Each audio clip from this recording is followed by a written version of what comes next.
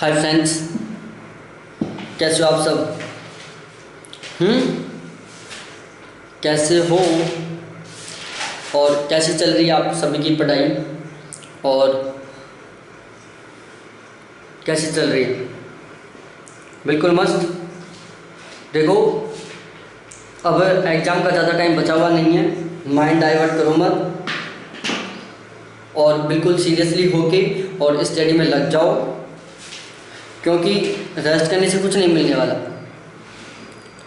देखो, एक डायलॉग ध्यान रखो, यदि आप बैठे हो उससे बेस्ट है चलो, यदि आप चल रहे हो उससे बेस्ट है दौड़ो, और यदि आप दौड़ रहे हो तो उससे बेस्ट है आप कभी मत रुको, सदा चलते रहो। और बिना कुछ मिलेगा नहीं तो एक्सपीरियंस तो आएगा ना। आप चलोगे तो चलने का एक्सपीरियंस आएगा, फिर उसके बाद भगोगे तो भगने का एक्सपीरियंस आएगा, फिर लगातार भगोगे तो लगातार भगने का एक्सपीरियंस आएगा। जो आप पूरे दिन भर बैठे रहोगे सोओगे वो एक आपका एक्सपीरियंस नहीं है, उसमें आप कुछ नहीं कर रहे, आप उसमें कुछ नहीं कर रहे। तो बहुत से लोग डाइवर्ट कर रहे होंगे आपको, आप फ़ोन करके पूछते होंगे कि जेआरएफ का एग्ज़ाम कब होगा, इस साल होगा या नहीं होगा, तो वो बोलते होंगे नहीं इस साल नहीं होगा, अब तो 2021 में ही होगा। तो ऐसा कुछ नहीं है, एग्ज़ाम होगा और हमें प्रिपरेशन करनी है और हमें जेआरएफ निकालना है। क्या करना है? हमें जेआरएफ निकालना है, ठीक है। तो पर्यावरण पढ़ा रहा हूँ मैं यहाँ आपको, पर्यावरण, और इसका चैप्टर 19वां। कौन सा? चैप्टर 19वां, पर्यावरण का चैप्टर 19वां। बहुत इम्पोर्टेंट टॉपिक है सीटेट के लिए, रीट के लिए, टेट के लिए, नेट के लिए, नेट जेआरएफ के लिए, सेट के लिए। इनमें से आप किसी भी एग्जाम की तैयारी कर रहे हो, ये जो मैं टॉपिक पढ़ाने जा रहा हूँ ना, ये इनके लिए बहुत इंपॉर्टेंट टॉपिक होने वाला है। और आज की जो हमारी क्लास है हो सकता है थोड़ी लंबी बन जाए, क्योंकि आज मैं एक ऐसा टॉपिक स्टार्ट करने जा रहा हूँ बहुत इंपॉर्टेंट है सभी एग्जाम्स के लिए, तो और थोड़ा लेंथी भी है। टाइम के अकॉर्डिंग देखेंगे, यदि ऐसे लगता है कि 40 मिनट की क्लास में ये 1 घंटे की क्लास में ये कवर हो जाएगा तो हम पूरे को कवर करवाएंगे, और यदि ये 1 घंटे में केवल ही आधा होता है तो फिर हम आगे नहीं बढ़ेंगे, इसको 2 पार्टों में डिवाइड करेंगे, ठीक है।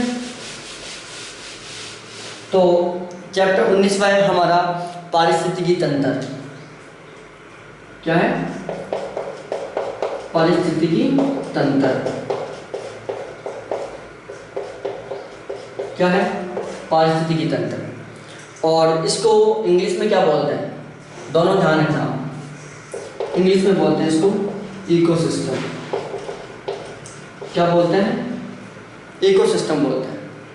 पारिस्थितिकी को इंग्लिश में इकोसिस्टम बोलते हैं, और पारिस्थितिकी तंत्र या इकोसिस्टम, यहाँ लिख देता हूँ मैं, पारिस्थितिकी तंत्र या इकोसिस्टम, दोनों शब्द का सबसे पहले प्रयोग, शब्द का सर्वप्रथम प्रयोग किसने किया? आर्थर टॉन्सले ने। किसने? आर्थर टॉन्सले ने। कब किया? 1935 में। कब किया था? 1935 में।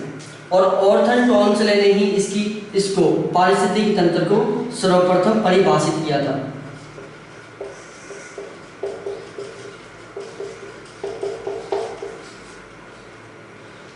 इन्होंने ही पारिस्थितिकी तंत्र को सर्वप्रथम परिभाषित किया था।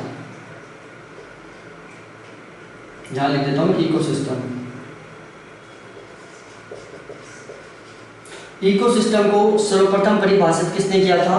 टॉन्सले ने किया था 1935 में, और टॉन्सले ने सबसे पहले पारिस्थितिकी तंत्र शब्द का प्रयोग किया था। ये हमारा ये हुआ। अब इन्होंने परिभाषित किया था, इस शब्द का प्रयोग किया था, उनकी एक बुक थी इकोलॉजी। कौन सी थी? इकोलॉजी। इकोलॉजी बुक थी टॉन्सले की, जिसमें इन्होंने पारिस्थितिकी तंत्र शब्द का प्रयोग भी किया था और पारिस्थितिकी तंत्र को परिभाषित भी किया था। तो यह हमारा इसका जनरल इंट्रोडक्शन हो गया। ध्यान रखना, यहाँ से वो क्वेश्चन बहुत पूछता है, यहाँ से भी पूछता है, लेकिन सबसे इम्पोर्टेंट है यहाँ पर ये आपको दोनों ध्यान रखते हैं, अच्छी तरीके से रख लेना है इनको। 3 शब्द तो है, 3 में भी ज़्यादा इम्पोर्टेंट टॉन्सले है, ऑर्थर को भूल जाना चाहिए, लेकिन ऑर्थर को भी ध्यान रख देना, क्योंकि एक बार हो चुका है ऐसा। उसने क्या किया, टॉन्सले को 4 बार दे दिया, जैसे Arthur Tansley, Taylor Tansley, ABS Tansley, VF Tansley. अब क्या हुआ, अब आपको पूरा नाम ध्यान नहीं है तो आप गलत करोगे, तो इसलिए इसको ध्यान रखना है, ठीक है।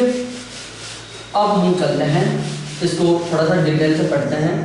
यहाँ पर मैं आज आपको बोर्ड पर कम लिखवाऊंगा, वैसे ही ज़्यादा लिखवाऊंगा मैं। तो सबसे पहले आप इकोसिस्टम की परिभाषा लिखो। किसकी? इकोसिस्टम की परिभाषा, कि किसी भी क्षेत्र में पाए जाने वाले जीव समुदाय और पर्यावरण के कारक, संरचना एवं कार्य की दृष्टि से एक तंत्र के रूप में कार्य करते हैं। इसे ही इकोसिस्टम कहते हैं। क्या कहते हैं? इकोसिस्टम कहते हैं। दोबारा से रिपीट कर रहा हूँ मैं, कि किसी भी क्षेत्र में पाए जाने वाले जीव समुदाय और पर्यावरण के कारक, संरचना एवं कार्य की दृष्टि से एक तंत्र के रूप में कार्य करते हैं। इसे हम क्या बोलते हैं? इकोसिस्टम बोलते हैं, ठीक है। अब इसमें 2 शब्दों का प्रयोग किया था मैंने, जीव समुदाय और पर्यावरण की संरचना, कारक, कार्य दृष्टि, ये 2 शब्दों का प्रयोग किया था। एक साइड तो मैंने किया जीव समुदाय का, और दूसरा कौन सा था? पर्यावरण के कारक, संरचना और कार्य। तो ये जो पर्यावरण के ये कारक हैं, ये आपस में एक दूसरे से क्या करते हैं? पदार्थ और ऊर्जा का आदान प्रदान करते हैं। ये लिख लो,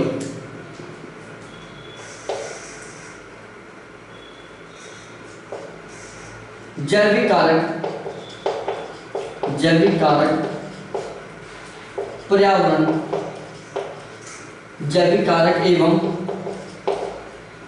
जैविक कारक एवं पर्यावरण के कारक,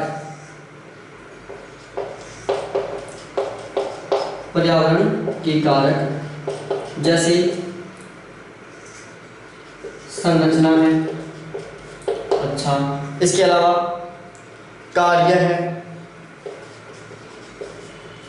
संरचना है, कार्य है, ये सारे क्या करते हैं कि जैविक कारक एवं पर्यावरण के कारक, जैसे संरचना है, कार्य है, ये आपस में एक दूसरे से ऊर्जा एवं पदार्थों का आदान प्रदान करते हैं।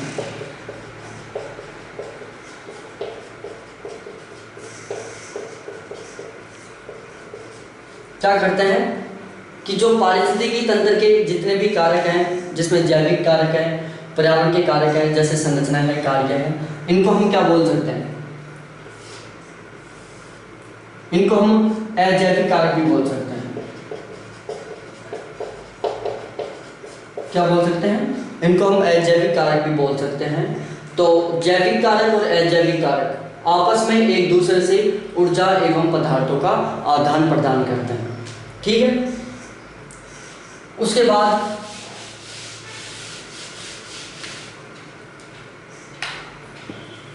पारिस्थितिकी तंत्र की विशेषता, सबसे महत्वपूर्ण टॉपिक है ये।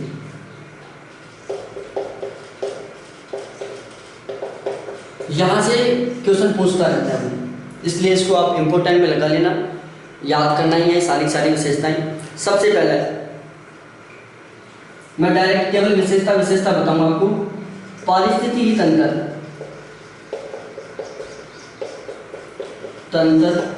एक कार्यशील क्षेत्रीय इकाई है।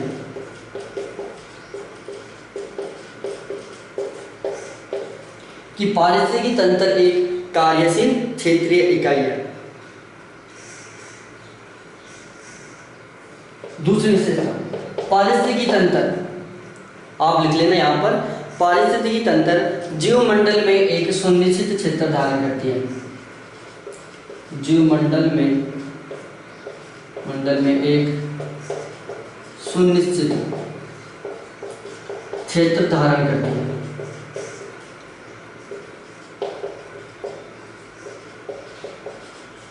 ठीक है, कि जो पारिस्थितिकी तंत्र है वो जीवमंडल में एक सुनिश्चित क्षेत्र धारण करता है।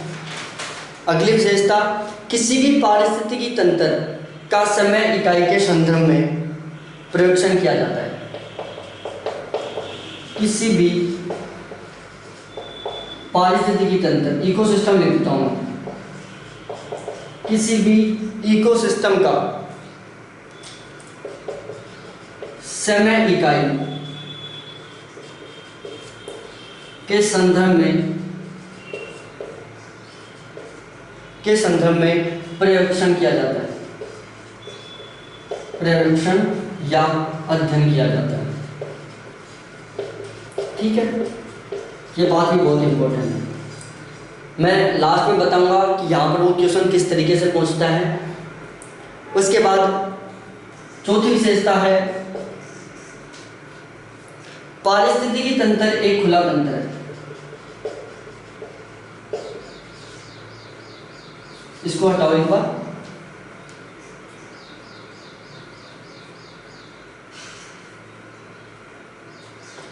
पारिस्थितिकी तंत्र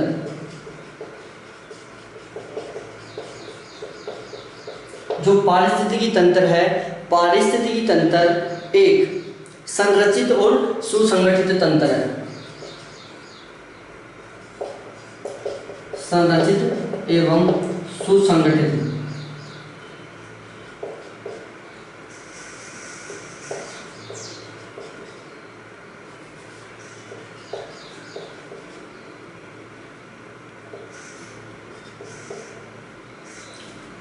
सुसंगठित तंत्र, कि पारिस्थितिकी तंत्र एक संरचित तंत्र है एवं एक सुसंगठित तंत्र है।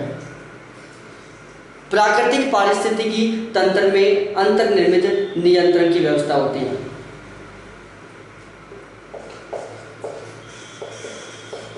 प्राकृतिक पारिस्थितिकी तंत्र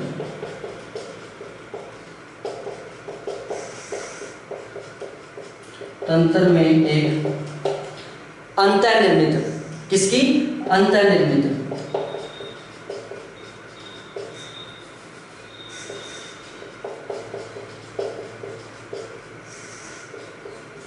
कि प्राकृतिक पारिस्थितिकी तंत्र में अंतर्निर्मित नियंत्रण की व्यवस्था होती है।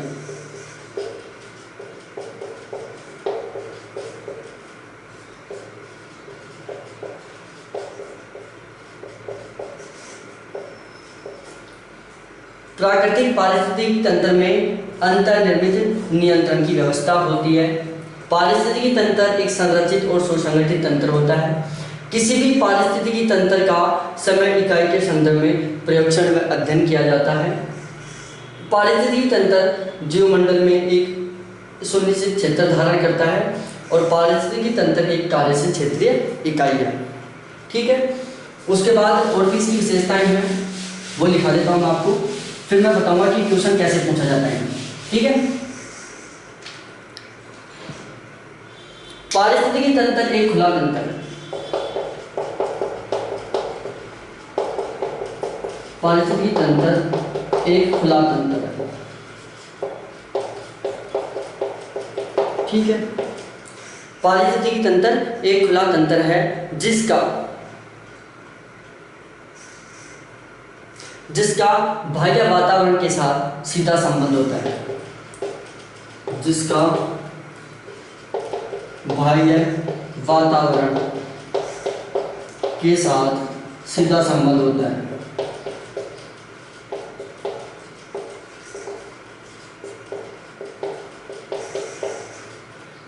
ठीक है, उसके बाद हम बात करते हैं, इसके मूल 3 संघटक हैं।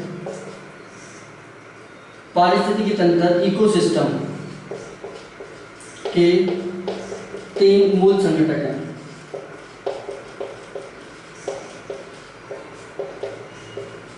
क्या है? पारिस्थितिकी तंत्र के 3 मूल संघटक हैं।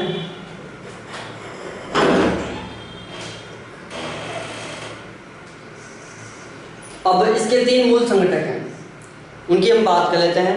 सबसे पहला होता है ऊर्जा संघटक। ऊर्जा संघटक ये क्या होता है? सबसे पहला होता है ऊर्जा संघटक। यह पारिस्थितिकी तंत्र का तीसरा महत्वपूर्ण क्या है? घटक है। इसको हम सबसे लास्ट में लेंगे, एक बार दूसरे ले लेते हैं। सबसे पहले हम बात करते हैं 3 मूल संघटक हैं, जिसमें सबसे पहला होता है जैविक संघटक। क्या है? जैविक संघटक।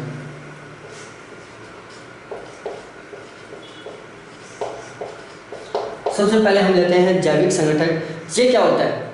इसको हम बायोम भी बोलते हैं। क्या बोलते हैं? इसको हम बायोम भी बोलते हैं। उसके बाद आता है अजैविक या भौतिक संघटक।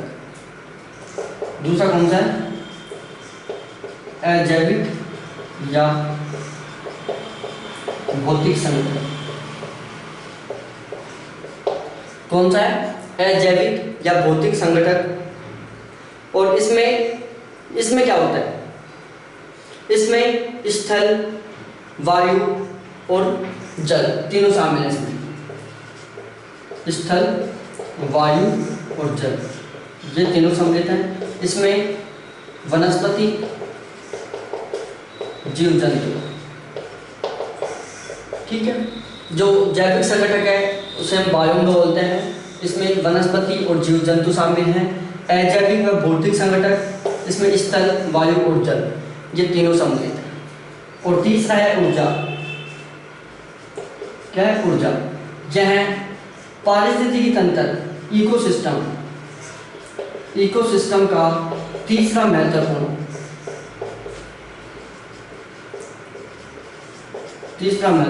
संघटक है।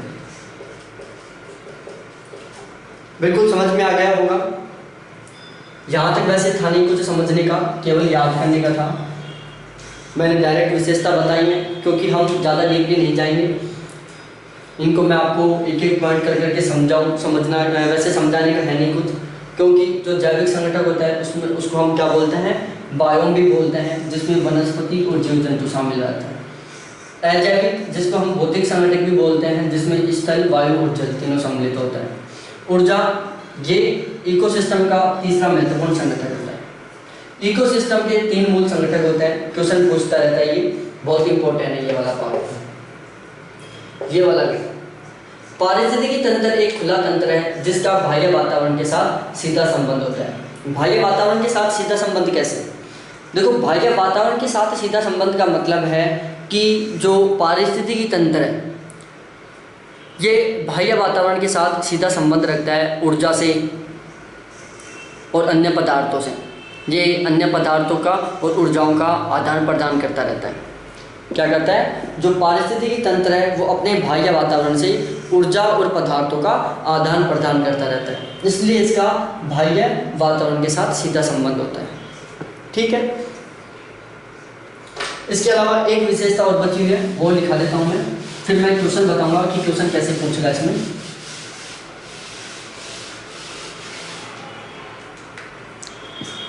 ऊर्जा जैविक तथा भौतिक संगठकों के मध्य जटिल पारिस्थितिकी अनुक्रिया है।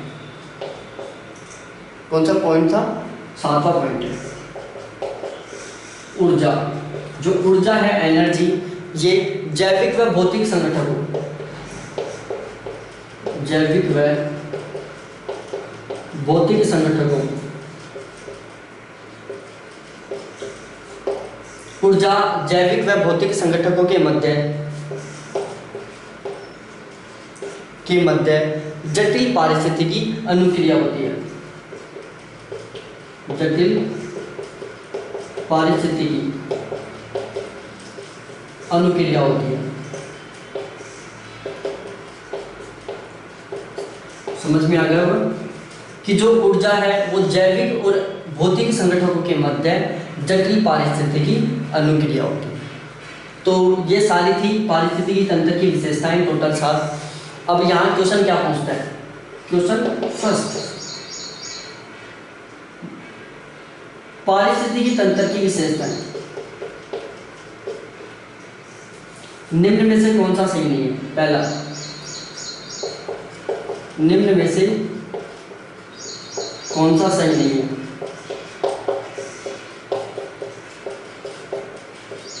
निम्न में से कौन सा सही नहीं है? क्या करेगा? 4 पारिस्थितिकी तंत्र की विशेषता दे देगा, जिसमें 3 बिल्कुल सही रहेंगी और 1 गलत रहेगी। अब आपको ये साथ ही साथ विशेषताएं ध्यान है, तभी आपको पता चलेगा कि गलत कौन सी है, सही कौन सी है। तो एक तो इस तरीके से पूछ सकता है। दूसरा देगा, निम्नलिखित में से निम्न में से कौन सी पारिस्थितिकी तंत्र की विशेषताएं हैं। एक इस तरीके से क्वेश्चन पूछेगा कि निम्नलिखित में से कौन सी पारिस्थितिकी तंत्र की विशेषताएं हैं। ऐसे वो टोटल 4 विशेषता दे देगा, फिर 4 ऑप्शन बना देगा, उसमें डाल देगा 1 2, बी में दे दिया 2 3, सी में दे दिया 3 4, डी में दे दिया 1 2 3 और 4। अब आपको पता है कि पारिस्थितिकी तंत्र की ये जो 4 विशेषताएं दी हुई हैं, इनमें से कौन सी सही है और कौन सी गलत है, तभी तो आप सही कर पाओगे, और फिर इनमें से आपको चूज करना होगा।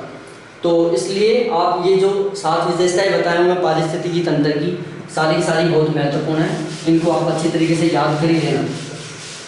क्वेश्चन पूछता रहता है, इकोसिस्टम पर हर बार क्वेश्चन उठ के आता है, हर बार, आज तक का रिकॉर्ड है, इकोसिस्टम से हर बार क्वेश्चन बनता है। ठीक है, अब हम बात कर लेते हैं पारिस्थितिकी तंत्र के प्रकार।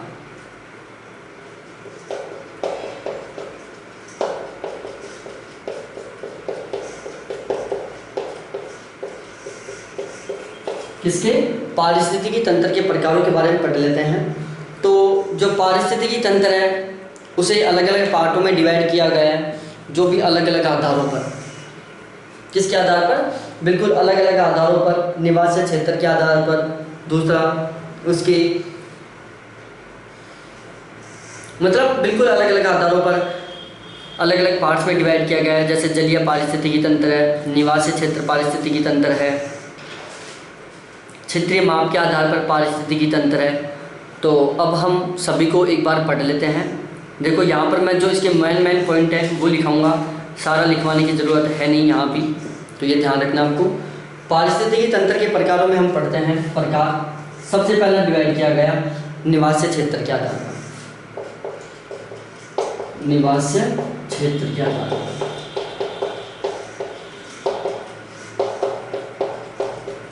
किसके आधार पर? निवासीय क्षेत्र के आधार पर। और निवासीय क्षेत्र के आधार पर पारिस्थितिकी तंत्र को अलग अलग पार्टों में डिवाइड किया गया, जिसमें हम सबसे पहले पढ़ते हैं जो निवासीय क्षेत्र के आधार पर पारिस्थितिकी तंत्र था, उसको भी अलग अलग पार्टों में डिवाइड कर दिया गया और उसे बांट दिया गया। जैसे पार्थिव पारिस्थितिकी तंत्र, पार्थिव पारिस्थितिकी तंत्र, इसमें सबसे पहला पार्ट है पार्थिव पारिस्थितिकी तंत्र। अब जो पार्थिव पारिस्थितिकी तंत्र है इसमें कौन कौन से शामिल है वो मैं आपको बता देता हूँ, जिनको आप केवल ध्यान में रख लेना। सबसे पहला होता है उच्च जलीय या पर्वतीय पारिस्थितिकी तंत्र। पहला होता है पर्वतीय पारिस्थितिकी तंत्र, पहला है पर्वतीय पारिस्थितिकी तंत्र। दूसरा होता है निम्न स्तरीय, जिसको हम बोलते हैं उच्च स्तरीय।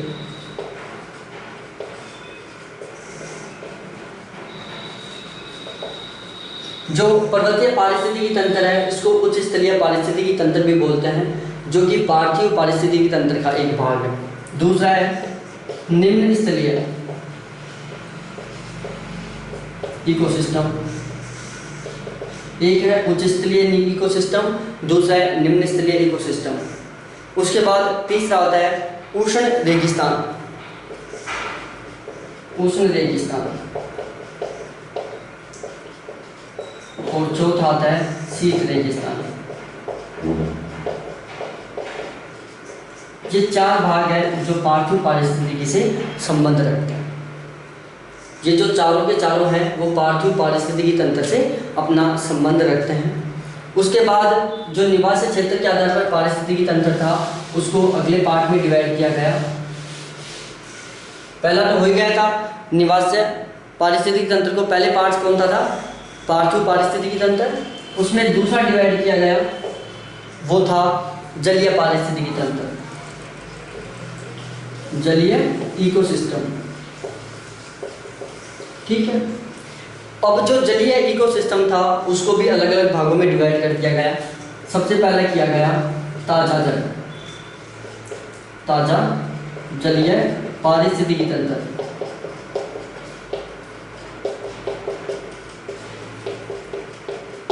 ताजा जलीय पारिस्थितिकी तंत्र, और इसमें शामिल हो गया जैसे सरिता, झील, नदी। क्या क्या शामिल हो गया इसमें? इसमें शामिल हो गए सरिता, झील, नदी, जलाशय, जलाशय और दलदल, ये शामिल हो गए इसमें। कौन से में? ताजा जलीय पारिस्थितिकी तंत्र में आ गया सरिता आ गया, झील आ गया, नदी आ गई, जलाशय आ गया और दलदल आ गया। वहीं जो दूसरा पार्ट था वो है सागरीय पारिस्थितिकी तंत्र।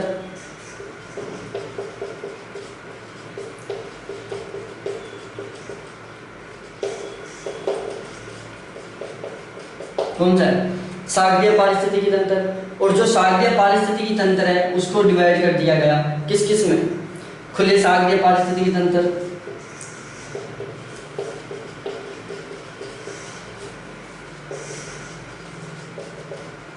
खुले सागरीय इकोसिस्टम। दूसरा है क्या? तटीय ज्वारनदमुख।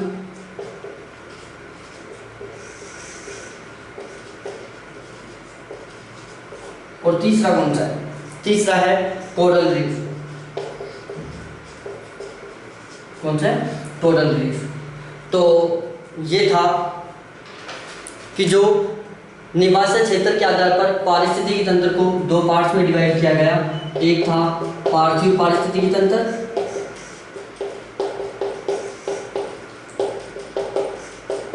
जो मैंने आपको बता दिया था स्टार्टिंग में, और दूसरा है जलीय पारिस्थितिकी तंत्र। अब जो पार्थिव पारिस्थितिकी तंत्र था उसके मैंने पार्ट्स अभी पहले लिखा दिया जस्ट, कि उसको अलग अलग पार्ट्स में डिवाइड किया गया था। जैसे उच्च स्थलीय है, निम्न स्थलीय है, उष्ण रेगिस्तान है और शीत रेगिस्तान है। ये चारों पार्थिव पारिस्थितिकी तंत्र से संबंधित है। उसके बाद जलीय पारिस्थितिकी तंत्र, इसको दो पार्ट्स में डिवाइड किया गया, एक ताजा जलीय पारिस्थितिकी तंत्र, दूसरा सागरीय पारिस्थितिकी तंत्र। अब जो ताजा जलीय पारिस्थितिकी तंत्र था उसको इन 5 पार्ट में डिवाइड किया गया, सरिता, झील, नदी, जलाशय और दलदल। और जो सागरीय पारिस्थितिकी तंत्र था उसको इन 3 पार्ट्स में डिवाइड किया गया, खुले सागरीय इकोसिस्टम, तटीय इकोसिस्टम और कोरल रीफ। ठीक है, यहाँ तक बिल्कुल समझ में आ गया होगा। अब आप सोच रहे होंगे कि ये क्यों लिखा है। देखो यहाँ से एक बार क्वेश्चन आ चुका है, निम्नलिखित में से कौन से ताजा जलीय पारिस्थितिकी तंत्र से संबंधित है। ऐसे क्वेश्चन आ चुका है एक बार, नेटजार्फ के पेपर में आया हुआ है कि निम्नलिखित में से कौन से ताजा जलीय पारिस्थितिकी से संबंधित हैं। और यहाँ पर वो 4 ऑप्शन दे दिया था, जिसमें एक इसका ऑप्शन शामिल था, 3 इसके थे, एक इसका था। इस तरीके से कैसे भी क्वेश्चन पूछ सकता है वो, कितना भी डिफिकल्ट और कितना भी घुमा फिरा के क्यों ना पूछे, हमें बहुत सही ढंग से तैयारी करनी है। हमें उसकी सोच से एडवांस चलना है। क्या करना है? उसकी सोच से एडवांस चलना है। ठीक है, तो ये समझ में आ गया होगा कि जो निवासीय क्षेत्र के आधार पर पारिस्थितिकी तंत्र था उसको 2 पार्टों में डिवाइड किया गया, एक पार्थिव था और दूसरा कौन सा है? दूसरा है जलीय। अब हम आगे बात करते हैं क्षेत्रीय मापक के आधार पर। इसको भी साफ कर देता हूं मैं। दूसरा है क्षेत्रीय मापक के आधार पर इकोसिस्टम। ठीक है, क्षेत्रीय मापक के आधार पर पारिस्थितिकी तंत्र, और इसको इन्होंने 2 पार्ट्स में डिवाइड कर दिया। पहला था महाद्वीपीय पारिस्थितिकी तंत्र और दूसरा है महासागरीय पारिस्थितिकी तंत्र।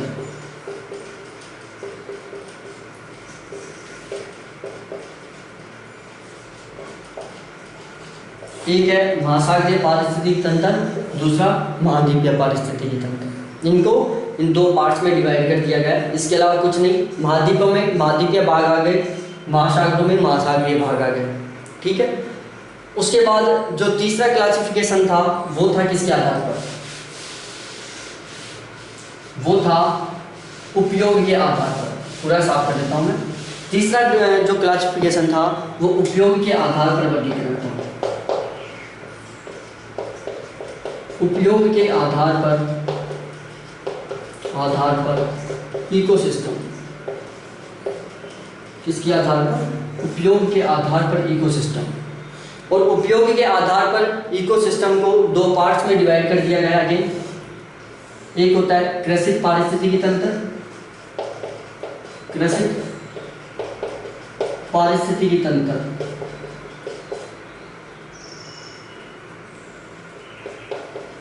और दूसरा है अकृषित इकोसिस्टम। अकृषित इकोसिस्टम। इन दो पार्ट्स में डिवाइड कर दिया गया है। एक कृषित पारिस्थितिकी तंत्र, दूसरा अकृषित पारिस्थितिकी तंत्र। अब जो कृषित पारिस्थितिकी तंत्र था उसको अलग अलग पार्टों में डिवाइड किया गया। ये सारे के सारे कृषि से रिलेटेड हैं। जैसे गेहूं है, कृषि से संबंधित है। चारा है, कृषि से, गेहूं है, कृषि से संबंधित है। बाजरा है, कृषि से संबंधित है। चना है, कृषि से संबंधित है। चारा है, कृषि से संबंधित है। ठीक है। इस तरीके से और भी हो सकता है। वो सारे मतलब कृषि से संबंधित कृषित पारिस्थितिकी तंत्र में आ गए, और जो अकृषि से संबंधित है वो उसमें आ गए, जिनकी हम खेती नहीं करते। वनों की हम खेती नहीं करते, लेकिन इनका उपयोग किया जाता है। घास की हम खेती नहीं करते, लेकिन उपयोग में आती है, खुद उग जाती है। बंजर भूमि में भी बहुत सारे पेड़ पौधे वगैरह उगे होते हैं, जिनको हम खुद नहीं उगाते, वो खुद उग जाते हैं। और इसके बाद आता है दलदल क्षेत्र। क्या है? दलदल क्षेत्र। ये थे अकृषित पारिस्थितिकी तंत्र के भाग। देखो यहाँ पर आप एक जगह कंफ्यूज हो सकते हो कि जो दलदल के क्षेत्र था इसको मैंने अकृषित पारिस्थितिकी तंत्र में भी शामिल कर दिया, और इसको मैंने ताज़ा जलीय पारिस्थितिकी तंत्र में भी शामिल किया था। जो दलदल क्षेत्र है वो दोनों का भाग है, अकृषित पारिस्थितिकी तंत्र का भी और ताज़ा जलीय पारिस्थितिकी तंत्र का भी। ठीक है। आगे चले। यहाँ तक आपको बिल्कुल सही लग रहा होगा, कुछ याद करने के लायक है नहीं, बिल्कुल सिंपल सा है। क्योंकि हमारी जो याद करने की कैपेसिटी है बहुत है। आपने सुना होगा कि आज तक की सबसे ज़्यादा आयु किसकी थी? वो थी आइंस्टीन की। एक फिजिक्स के विद्वान थे आइंस्टीन महोदय, वो मैथ के भी विद्वान थे। उन्होंने बहुत सारी मैथ की थ्योरम दी थी और बहुत सारे फिजिक्स के सिद्धांत दिए थे। उनकी आयु सबसे ज़्यादा मानी जाती थी, समथिंग 140 के थी। लेकिन उनका मात्र दिमाग का 1% भाग काम करता था। कितना? मात्र 1%। आइंस्टीन की दुनिया का सबसे तेज बुद्धि वाला इंसान था, जिसकी आयु 140 के आसपास थी, और उसका मात्र दिमाग का 1% भाग काम कर रहा था। तो सोचो हमारा कितना काम कर रहा होगा। हम तो यार अपने गांव में भी इंटेलिजेंट नहीं होंगे, अपने गांव में भी हमारे से ज़्यादा इंटेलिजेंट लोग होंगे, विश्व की तो बात बहुत दूर है। तो हमारा जो दिमाग है वो तो हम मात्र 0.0001% ही काम ले रहे होंगे अपने दिमाग का। क्योंकि जब आइंस्टीन का 1% काम कर रहा था, जिसकी IQ 140 प्लस थी, समथिंग 160 हो शायद, कंफर्म नहीं है कितनी थी, लेकिन 140 प्लस थी। तो ये है अपनी खोपड़ी है, जिसका जितना काम होगी उतना ही बेस्ट है। वो नहीं होता, कोई भी आपका सामान है, कोई मशीन आपकी, एनीवे आपकी एक साइकिल से ले लो, आपकी साइकिल है जिसको आप पैडल देके चलाते हो, तो उसको आप मत चलाओ, उसको खड़ी कर दो, नई लेके आओ बिल्कुल फ्रेश, और उसको खड़ी कर दो, बिल्कुल मत चलाओ। क्या 1 साल बाद में भी वो नई की नहीं रहेगी? बिल्कुल नहीं, उसको जंग लग जाएगी। क्या होगा? उस साइकिल को जंग लग जाएगी। फिर उसको चलाने के लिए आपको एक बार उस मशीन को, उस साइकिल को धोना पड़ेगा, उसमें ऑयल वगैरह डालना पड़ेगा और फिर चलाओगे आप, तब कहीं जाके चलेगी। तो वही अपने दिमाग का हाल है। दिमाग को जितना ज़्यादा चलाओगे उतना ज़्यादा चलेगा, और यदि इसको आप काम नहीं लोगे तो जंग लग जाएगी इसमें। आप अपना जो खोपड़ा है इसको काम नहीं लोगे तो इसमें जंग लग जाएगी, और फिर इस जंग को साफ करने के लिए हमें बहुत सारे तरीके अपनाने पड़ेंगे, और पता नहीं वो जंग हटे भी ना भी हटे, ये भी हो सकता है। ठीक है, तो अपने दिमाग को ज़्यादा से ज़्यादा काम लेने की कोशिश करो, गलत जगह पर नहीं, सही जगह पर, क्योंकि दुनिया में गलत के अलावा भी सही बहुत सारे काम हैं। गलत काम तो कुछ ही हैं, सही काम तो बहुत सारे, जो आप अपनी इच्छा के अकॉर्डिंग भी कर सकते हो, मन मर्जी के अकॉर्डिंग भी कर सकते हो। तो दिमाग का यूज करो अच्छे तरीके से, हम सब करेंगे। तो पारिस्थितिकी तंत्र के उसके बाद है चौथा वर्गीकरण। चौथा वर्गीकरण क्या है? पारिस्थितिकी तंत्र का बाह्य संबंधों के आधार पर वर्गीकरण। इकोसिस्टम का बाह्य संबंधों के आधार पर वर्गीकरण। ठीक है, समझ गए? पारिस्थितिकी तंत्र का बाह्य संबंधों के आधार पर वर्गीकरण, और इसे बाह्य संबंधों के आधार पर दो पार्टों में डिवाइड कर दिया गया। सबसे पहला पार्ट था क्या? खुला पारिस्थितिकी तंत्र, मुक्त पारिस्थितिकी तंत्र, मुक्त इकोसिस्टम। कौन सा?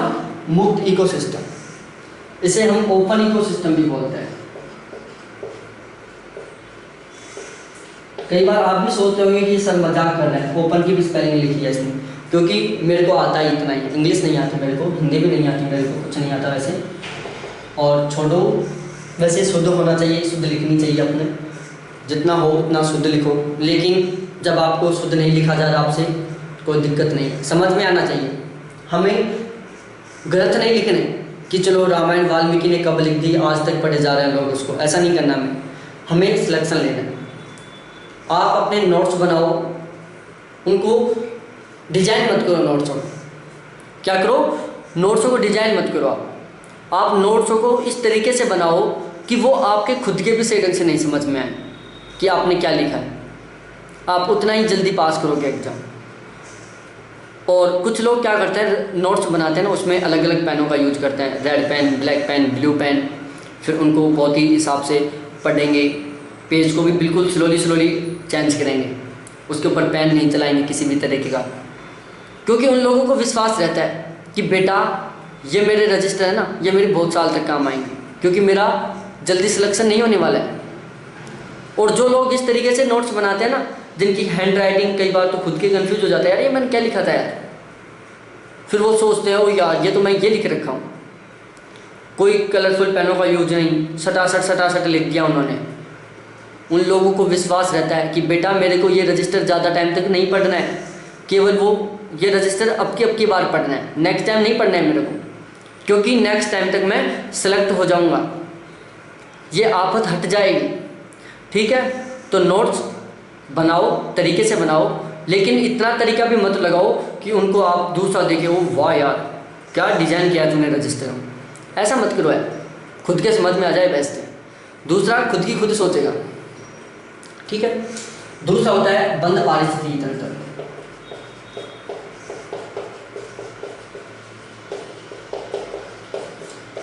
क्या है? बंद पारिस्थितिकी तंत्र, और इसको हम बोलते हैं क्लोज इकोसिस्टम।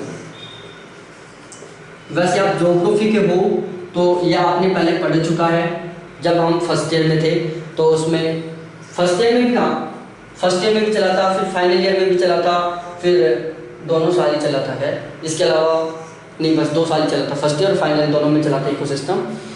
तो वहाँ पर 15 नंबर का क्वेश्चन आता है, बहुत सही ढंग से तैयार किया होगा आपने।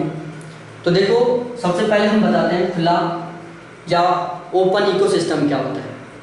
ये क्या होता है कि ऊर्जा एवं पदार्थों का बाह्य संसार के साथ आदान प्रदान करता है।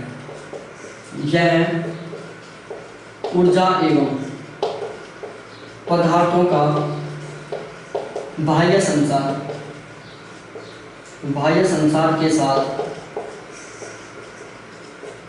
यह ऊर्जा एवं पदार्थों का बाह्य संसार के साथ मुक्त आदान प्रदान करता है।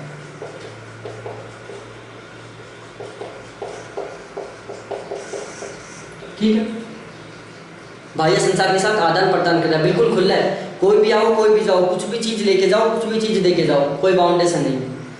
जबकि जो बंद पारिस्थितिकी तंत्र होता है उसमें क्या होता है, ऊर्जा एवं पदार्थों का बाह्य संसार के साथ कोई आदान प्रदान नहीं होता।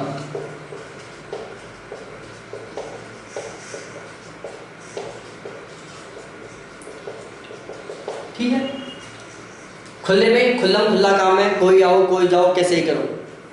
बंद में बंद है, परमिशन लेके आओगे, परमिशन लेके जाओगे। पहली बात तो यहाँ पर परमिशन लेके भी नहीं आ सकते आप, इतना बंद रहता है ये। खुला पारिस्थितिकी तंत्र ध्यान रख लो कि इसमें सब कुछ खुला रहता है, कैसे आओ कैसे जाओ, कितनी ऊर्जा लेके जाओ, कितनी ऊर्जा लेके जाओ, कितने पदार्थ लेके जाओ, कितने पदार्थ लेके जाओ, कोई बाउंडेशन नहीं है, बिल्कुल खुला है काम। जस्ट अपोजिट होता है। आप केवल इतना याद कर लो, खुला पारिस्थितिकी तंत्र सब तरीके से खुला होता है, ऊर्जा और पदार्थ कितने लेके जाओ, कितने लेके जाओ। और बंद पारिस्थितिकी तंत्र खुले पारिस्थितिकी तंत्र से जस्ट विपरीत होता है। इसमें बाह्य संसार के साथ संबंध नहीं होता है। इसका क्या होता है, इसका बाह्य संसार के साथ संबंध नहीं होता है।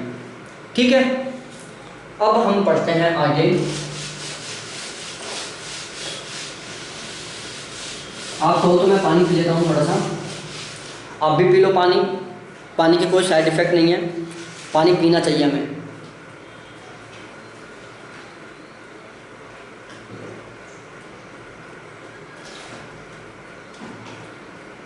ठीक है, अब हम बात करते हैं पारिस्थितिकी तंत्र के घटक, इकोसिस्टम के घटक। इकोसिस्टम के क्या क्या घटक होते हैं। देखो, इकोसिस्टम के दो घटक होते हैं महत्वपूर्ण। पहला होता है जैविक घटक और दूसरा होता है अजैविक घटक। ठीक है, एक जैविक घटक होता है, एक अजैविक घटक होता है। घटक लिख देता हूँ यहाँ। ठीक है, अब जो जैविक घटक है इसको तीन पार्ट में डिवाइड किया गया है। पहला उत्पादनकर्ता, दूसरा उपभोक्ता और तीसरा अपघटक। ठीक है, इन तीन पार्ट्स में डिवाइड किया गया है। इसको किसी भाग में डिवाइड नहीं किया गया, आगे हम पढ़ेंगे तब मैं बता दूंगा आपको। ठीक है, अब हम बात करते हैं बिल्कुल यहीं से टॉपिक उठाते हुए। सबसे पहले लेते हैं उत्पादनकर्ता। देखो, इसको आप शब्दों को समझ के पढ़ो, रटने का कुछ नहीं है, केवल शब्दों को समझ के पढ़ो। यहाँ पर शब्द है उत्पादनकर्ता। उत्पादनकर्ता का मतलब क्या होता है, सबसे पहले ये बताओ। उत्पादनकर्ता या उत्पादक बात एक ही है, इसका मतलब क्या होता है मैं लिख ही देता हूँ यहाँ पर भी, उत्पादनकर्ता या उत्पादक। इसका मतलब क्या है, इसका मतलब है कि जो उसका उत्पादन कर रहा है, जो उसका उत्पादन कर रहा है। गेहूं का उत्पादन कौन करता है, गेहूं का उत्पादन कौन करता है, गेहूं के दाने का उत्पादन करता है गेहूं का पौधा। आम का उत्पादन कौन कर रहा है, आम का पौधा। सेब का उत्पादन कौन कर रहा है, सेब का पौधा। नाशपाती का उत्पादन कौन कर रहा है, नाशपाती का पौधा। ये तो है भाई, वो तो उत्पादन कर रहे हैं इसका। तो इसमें क्या होता है, उत्पादनकर्ता में वो समस्त घटक आते हैं जो अपना भोजन स्वयं तैयार करता है। ये अपना भोजन, ये अपना भोजन खुद स्वयं तैयार करता है। ये अपना भोजन खुद स्वयं तैयार करता है।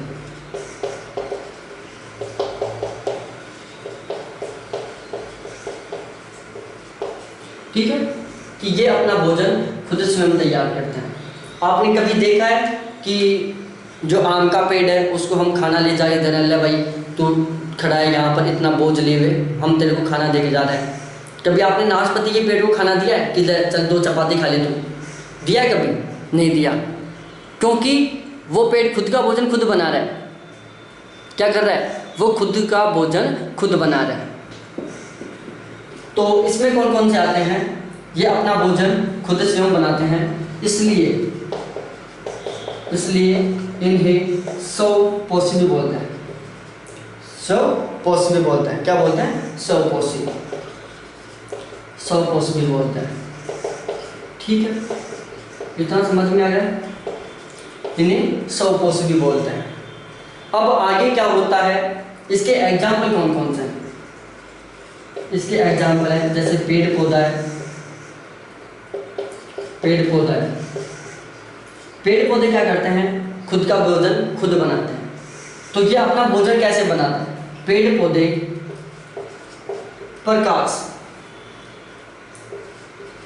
प्रकाश संश्लेषण की क्रिया द्वारा अपना भोजन खुद स्वयं बनाते हैं। ठीक है, कि जो पेड़ पौधे होते हैं वो प्रकाश संश्लेषण की क्रिया के द्वारा अपना भोजन खुद स्वयं बनाते हैं। बिल्कुल समझ में आ गया होगा। अब प्रकाश संश्लेषण की क्रिया के द्वारा ये अपना भोजन खुद स्वयं बना रहे हैं। यहाँ पर एक इंपॉर्टेंट बात है, नोट डाल के लिख लो आप। नोट डाल के, प्रकाश संश्लेषण की क्रिया में निम्न परिवर्तन होते हैं।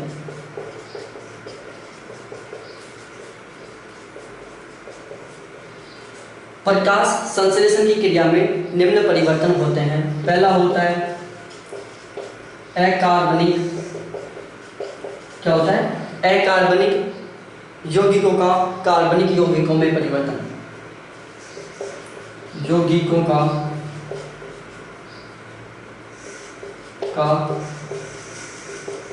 कार्बनिक यौगिकों में परिवर्तन।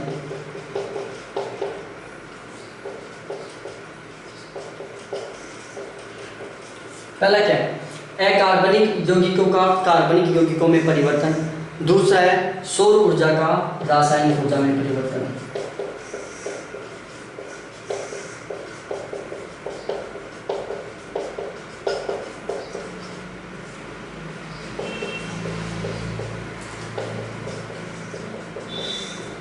ये 2 काम होते हैं।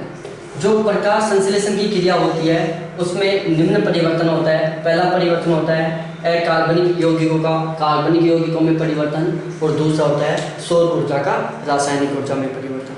ठीक है, तो उत्पादनकर्ता या उत्पादक कौन होते हैं? जो अपना भोजन खुद स्वयं तैयार करते हैं, जैसे पेड़ पौधे। ये प्रकाश रासायनिक क्रिया के द्वारा अपना भोजन तैयार करते हैं। ठीक है, आगे चलें। अब दूसरे के ऊपर आते हैं हम। दूसरा है उपभोक्ता। ये भी बिल्कुल है कि उपभोक्ता कौन होता है? उपभोक्ता का मतलब होता है जो खरीद रहा है। सीधे शब्दों में समझो, जो खरीद रहा है। दूसरा कौन सा है? उपभोक्ता। क्या है? उपभोक्ता, कंज्यूमर। इंग्लिश में बोलते हैं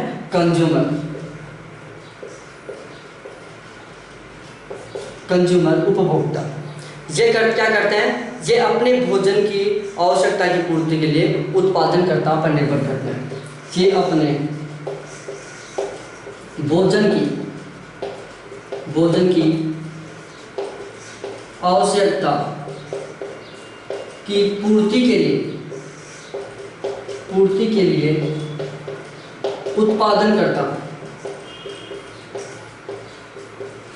उत्पादनकर्ता पर निर्भर करते हैं।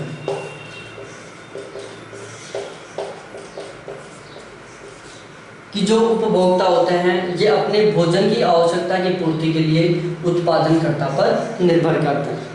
किस पर? उत्पादनकर्ता पर निर्भर करते हैं। उपभोक्ताओं को 3 पार्ट्स में डिवाइड किया गया।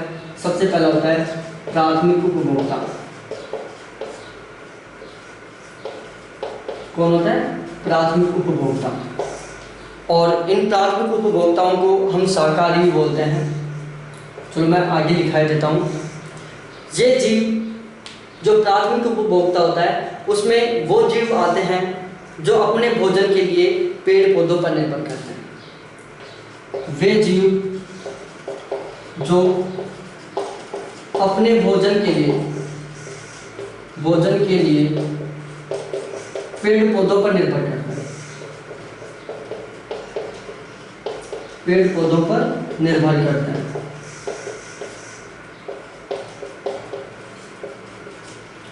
प्राथमिक उपभोक्ता वे जीव जो अपने भोजन के लिए पेड़ पौधों पर निर्भर करते हैं, इन्हें हम शाकाहारी भी बोलते हैं, इन्हें हम शाकाहारी भी बोलते हैं।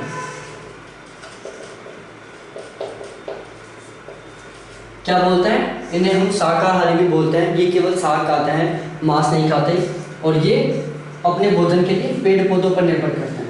एग्जाम्पल, पेड़ पौधों के आधार पर ही तैयार करना है, जैसे गाय, भैंस, बकरी, ऊंट, जितने भी ये जानवर हैं ऐसे जो चारा खाते हैं। क्या खाते हैं? जो चारा खाते हैं, वो सारे के सारे क्या है?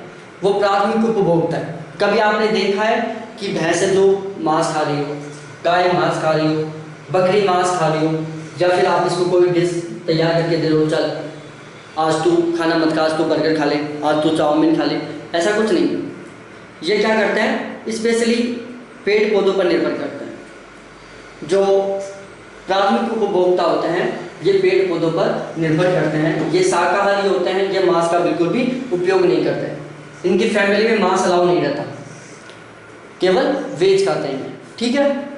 उसके बाद दूसरा होता है द्वितीयक उपभोक्ता। कौन सा होता है? द्वितीयक उपभोक्ता। द्वितीयक उपभोक्ता क्या करते हैं? ये वे जीव होते हैं जो अपना भोजन के लिए प्राथमिक उपभोक्ताओं को खाते हैं। तो जो द्वितीयक उपभोक्ता होते हैं इसमें वो जीव आते हैं, वो जीव शामिल है, वो जीव शामिल हैं जो अपने भोजन की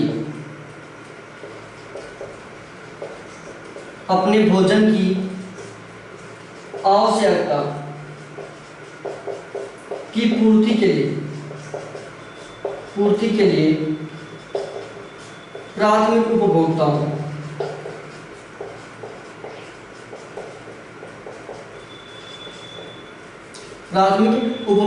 पर निर्भर करते हैं।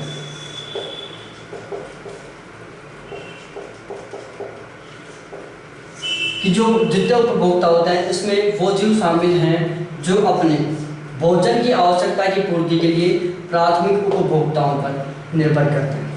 एग्जाम्पल, आप खुद सोचो कि ऐसे कौन से जीव जंतु हैं जो अपने भोजन की आवश्यकता के लिए प्राथमिक उपभोक्ताओं पर निर्भर करते हैं। कौन कौन से हैं सोचो। जैसे बाघ, टाइगर, शेर, लायन,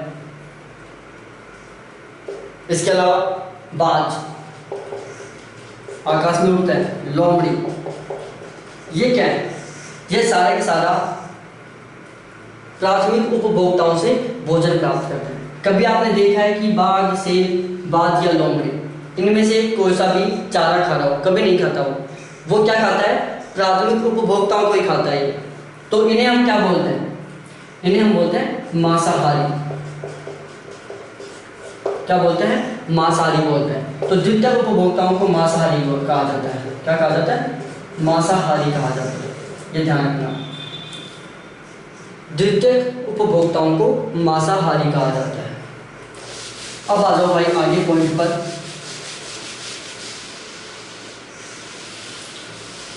उसके बाद आगे आते हैं तृतीय उपभोक्ता।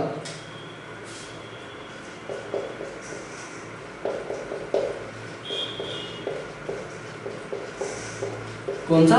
तृतीय उपभोक्ता। अब तृतीय उपभोक्ता क्या होता है?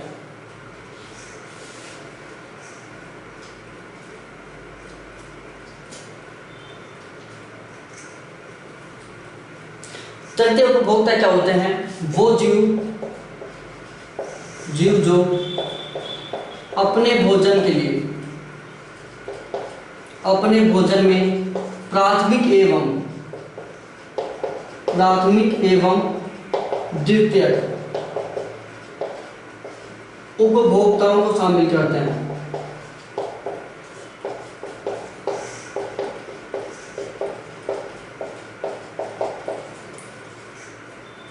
तृतीयक उपभोक्ता कौन से होते हैं कि वो जीव जो अपने भोजन में प्राथमिक और द्वितीयक उपभोक्ताओं को शामिल करते हैं।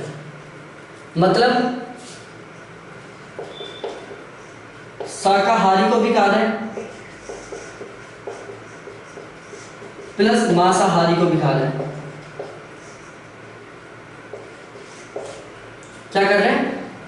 शाकाहारी को भी खा रहे हैं वो लोग, मांसाहारी को भी खा रहे हैं, दोनों को खाते हैं वो लोग। शाकाहारी को भी खाते हैं, जैसे गाय भैंस बकरी इनको भी खाते हैं वो, और किन को, लोमड़ी इनको भी खाते हैं। इनके एग्जाम्पल क्या है? जो तृतीय उपभोक्ता है उसका एग्जाम्पल है बाज और शेर। क्या है? बाज और शेर। क्योंकि जो तृतीय उपभोक्ता और जो द्वितीय उपभोक्ता है वो आपस में मिले जुले हुए हैं थोड़े थोड़े, तो ये ध्यान रखना। उसके बाद एक होता है सर्वाहारी।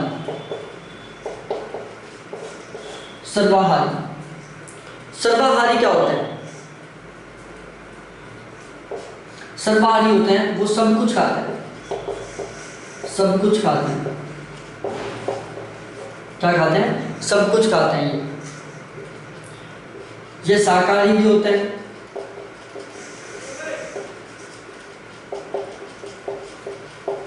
एवं मांसाहारी भी होते हैं।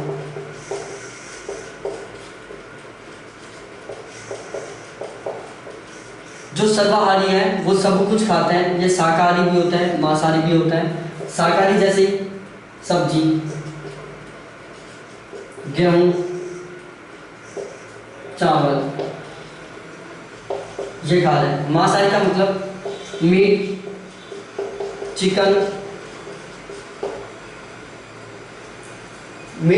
चिकन आदि खा रहे हैं। सर्वाहारी सब कुछ खाते हैं, शाकाहारी के रूप में वो सब्जी गेहूं चावल खाते हैं, मांसाहारी के रूप में वो मीट और चिकन खाते हैं। ठीक है, अब इसके एग्जाम्पल बता सकते हो आप क्या क्या है? एक तो अपन खुद है मानव क्या खाता है? गेहूं भी खाता है, चावल भी खाता है, सब्जी भी खाता है, मीट भी खाता है और चिकन भी खाता है। ठीक है, मानव। एक है बिल्ली को आप रोटी भी दे दो रोटी भी खाएगी, और आप मांस दे दो मांस भी खाएगी, क्योंकि बिल्ली चूहे पकड़ पकड़ के खाती है। उसके बाद आता है कुत्ता को आप रोटी भी दे दो रोटी भी खाएगा, और क्या इसको कोई भी जानवर दे दो उसको भी खा जाएगा। चींटी क्या करती है? चींटी मीठा भी खाती है, गेहूं भी खाती है, आटा भी खाती है और मांस को भी खाती है। जैसे क्या खाती है? मांस को भी खाती है। बहुत सारी बार नहीं देखा आपने, कॉकरोच को उठा के लेके जाती है चींटियां, कॉकरोच को खा जाती हैं। तो ये क्या है? चींटियां सर्वाहारी होती हैं। तो मानव, बिल्ली, कुत्ता और चींटी, भालू भी सर्वाहारी है। एक और भालू भी सर्वाहारी है। ठीक है, तो ये थे कुछ सर्वाहारी मांसाहारी। ध्यान रखना, जो तृतीयक उपभोक्ता थे, आप सोच रहे होंगे कि सर तृतीयक उपभोक्ताओं के हम क्या बोलते हैं? क्या सर्वाहारी बोलते हैं, ऐसा नहीं है। ठीक है, उसके बाद आता है अपघटक, डिकम्पोजर। अपघटक इसको हम वियोजक भी बोल सकते हैं, वियोजक। ठीक है, अपघटक या वियोजक, ये अपने भोजन के लिए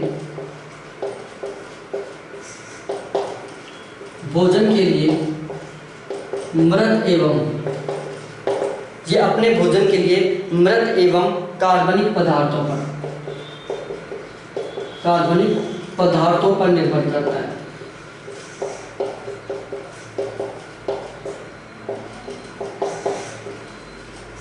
जो अपघटक या वियोजक होते हैं, ये अपने भोजन के लिए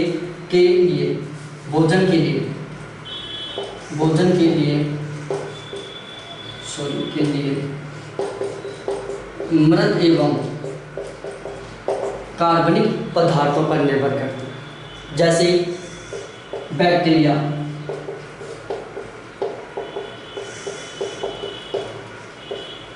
कवक,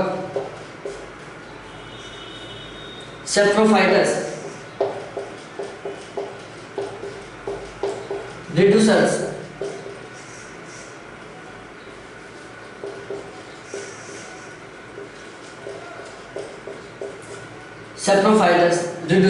बैक्टीरिया, कवक, ये सारे किसके एग्जाम्पल हैं? अपघटक या वियोजक। ठीक है, तो ये हमारे सारे उपभोक्ता, उत्पादनकर्ता ये हो गए। यदि इनकी संख्या के आधार पर पूछ ले कि सर्वाधिक संख्या कौन से उपभोक्ता की होती है, द्वितीयक संख्या, तृतीयक संख्या, तो देखो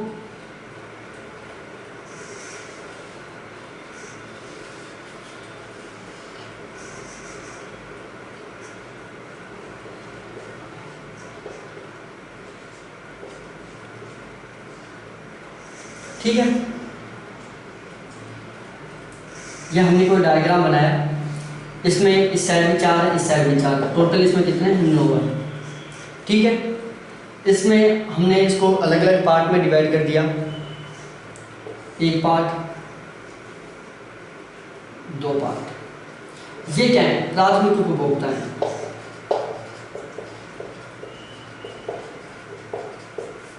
ये क्या है? द्वितीयक उपभोक्ता है। चलो इस डायग्राम को रहने तो, वैसे कोई काम का नहीं है, बना लो चाहो तो आप। उपभोक्ता है और ये तृतीयक उपभोक्ता है।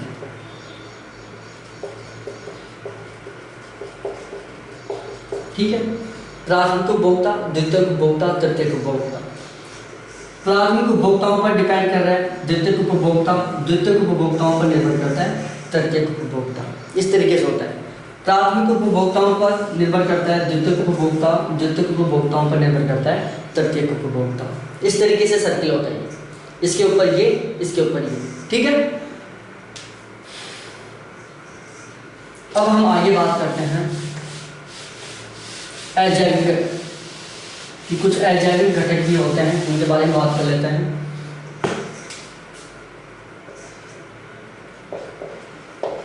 अजैविक घटक क्या है? अजैविक घटक कि अजैविक घटक क्या क्या होते हैं? इसमें वो घटक आते हैं जिनमें जीवन नहीं होता, किंतु ये जैविक घटकों के विकास के लिए आवश्यक होता है। इनमें वो घटक आते हैं जिनमें जीवन नहीं होता,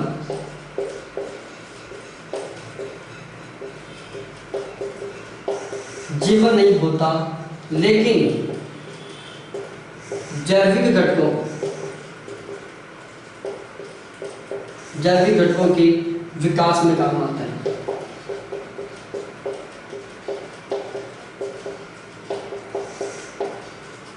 अजैविक घटक, इसमें वो घटक आते हैं जिनमें जीवन नहीं होता, लेकिन अजैविक घटकों के विकास में काम आते हैं। ठीक है, इसको 3 पार्ट में डिवाइड कर दिया गया। सबसे पहला होता है क्या? पदार्थ, भौतिक कारक। क्या? भौतिक कारक। उसके बाद आता है कार्बनिक कारक,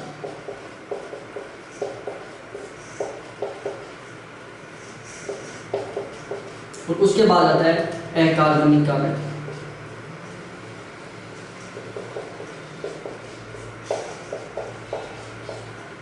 भौतिक कारक, कार्बनिक कारक और अकार्बनिक कारक।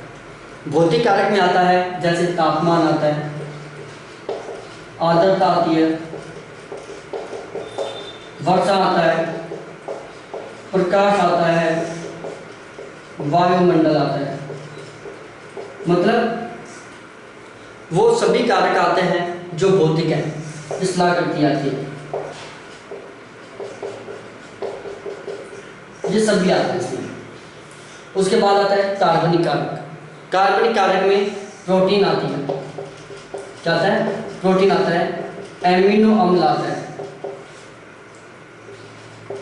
क्या आता है? एमिनो अम्ल आता है, प्रोटीन आता है, वसा आता है, लिपिडस आता है, लिपिडस क्या आता है? लिपिडस आता है। इसके अलावा कार्बोहाइड्रेट आता है, ठीक है। अकार्बनिक पदार्थ, इसमें जल आता है, जल आता है, मिट्टी आती है, जल आता है, मिट्टी आती है। इसके अलावा खनिज आता है, चट्टान आती है। ये सारे कारक किसमें आते हैं? कार्बनिक कारक में आते हैं। इनको ध्यान रख लेना, भौतिक कारक कौन से हैं, कार्बनिक कारक कौन से हैं और अकार्बनिक कारक कौन से हैं। तो इस तरीके से हमारा जो क्या था, पारिस्थितिकी तंत्र था, वो कंप्लीट होता है। देखो एक चीज़ और ध्यान रखना, नोट करके लिख लो कि मुख्यतः पारिस्थितिकी तंत्र को 2 भागों में डिवाइड किया गया है। नोट डाल के लिखिए, मुख्यतः पारिस्थितिकी तंत्र को 2 भागों में विभाजित किया गया है। विभाजित, पहला है जलीय पारिस्थितिकी तंत्र, दूसरा है स्थलीय पारिस्थितिकी तंत्र, ठीक है, जलीय और स्थलीय। तो देखो इसके साथ ये क्वेश्चन आया हुआ है, इस वजह से लिखा है मैंने लास्ट में, ये क्वेश्चन आया हुआ है राजस्थान के सेट के एग्जाम में, आरपीएससी का सेट का एग्जाम हुआ था, उसमें आया था। इसके अलावा एक राजस्थान में अलवर में मत्स्य एक यूनिवर्सिटी है जिसके एंट्रेंस एग्जाम में आया था। ये क्वेश्चन आरपीएससी सेट के एग्जाम में आया था और एक एंट्रेंस एग्जाम में आया था पीएचडी में एडमिशन के लिए, ठीक है। इसी के साथ हमारा पारिस्थितिकी तंत्र कंप्लीट होता है। वीडियो बहुत लंबा बन गया है, तो मैं यहाँ पर आपकी आज रिवीजन क्लास नहीं चलाऊँगा इसमें, क्योंकि फिर बहुत लंबा हो जाएगा। तो जो रिवीजन है वो मैं इसका अलग से वीडियो बना के उसमें करूँगा। बहुत अच्छे तरीके से समझ में आ गया होगा, इसको ध्यान रख लेना, याद कर लेना, यहाँ से क्वेश्चन आएगा, 100% आएगा, ठीक है। और यदि चैनल के ऊपर आप नए हो तो प्लीज़ इसको सब्सक्राइब करो, बेल आइकन को दबाओ, वीडियो को अपने फ्रेंड्स के साथ शेयर करो। मैं अपनी ड्यूटी पूरी ईमानदारी के साथ फॉलो कर रहा हूँ, आप अपनी ड्यूटी पूरी ईमानदारी के साथ फॉलो करो। चैनल को शेयर करो, सब्सक्राइब करो, लाइक करो और बेल आइकन को दबाओ। जो प्रॉब्लम हो उससे रिलेटेड ढेर सारे कमेंट करो, ठीक है। देखने के लिए थैंक्स, देखने के लिए बाय।